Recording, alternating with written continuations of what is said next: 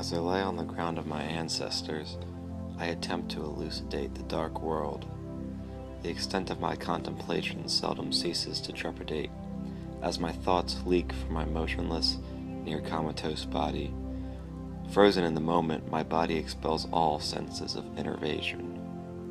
I am inert to the trees, but in delightful ecstasy with God. For hours this state of rhapsody consumes my intensifying emotion. For hours my existence on earth ceases, as I enter the world of the unseen. As I transgress through steeper and preponderant states of disconnection, a slight disturbance shakes my trance. I start to ingress back into the real world.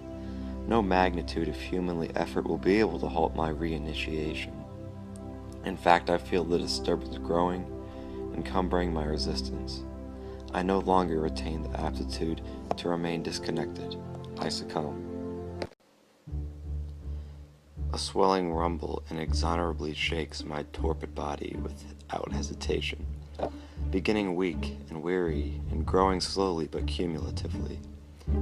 My anger towards the disturbance remains lukewarm, for whoever the guilt lay about exists simply as a creature of God, a creature who likely offers peace, hope, and inspiration, a creature who serves as my personal competence, for I must eat. Weeks pass since I have slated meat, live, moving flesh. Cohering to my senses, I activate my seemingly eternally inert legs and wobble to my feet. An ugly, bestial creature emerges from the horizon.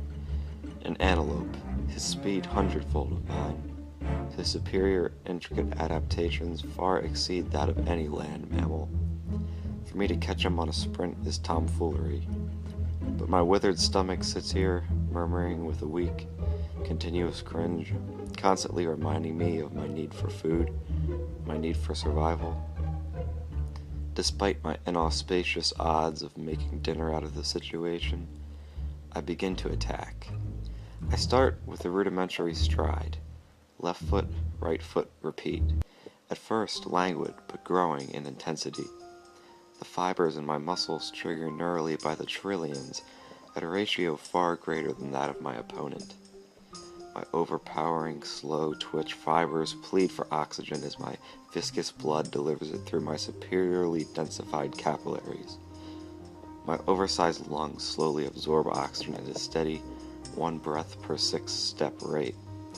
My heart rate picks up and pumps steadily, twice per stride. My body effectually functions in a perfect synchronization, something that only comes from years of monotonous running, something that creates salient efficiency. Omitting my competition's unique adaptations from the situation would be unwise. His body endures running like a biomechanical marvel. Through every leap, his legs contribute in unison to the ever-advancement of his light, nimble body in a subtly undulating motion. Through every elongation of his torso, his body condenses, activating the contraction of his lungs.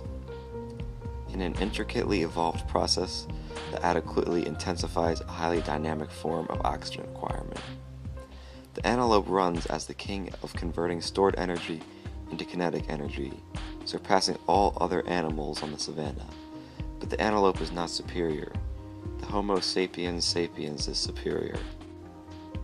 For we as humans possess an efficiency unparalleled to that of any other life form. We are both creatures of the savanna, in an eternal chase for endurance, in a chase that I aspire to victor. So unbridled I run, free and effortlessly. I track the small beast, and I watch time slip away. I follow the creature's prints, and rarely cease to slow down.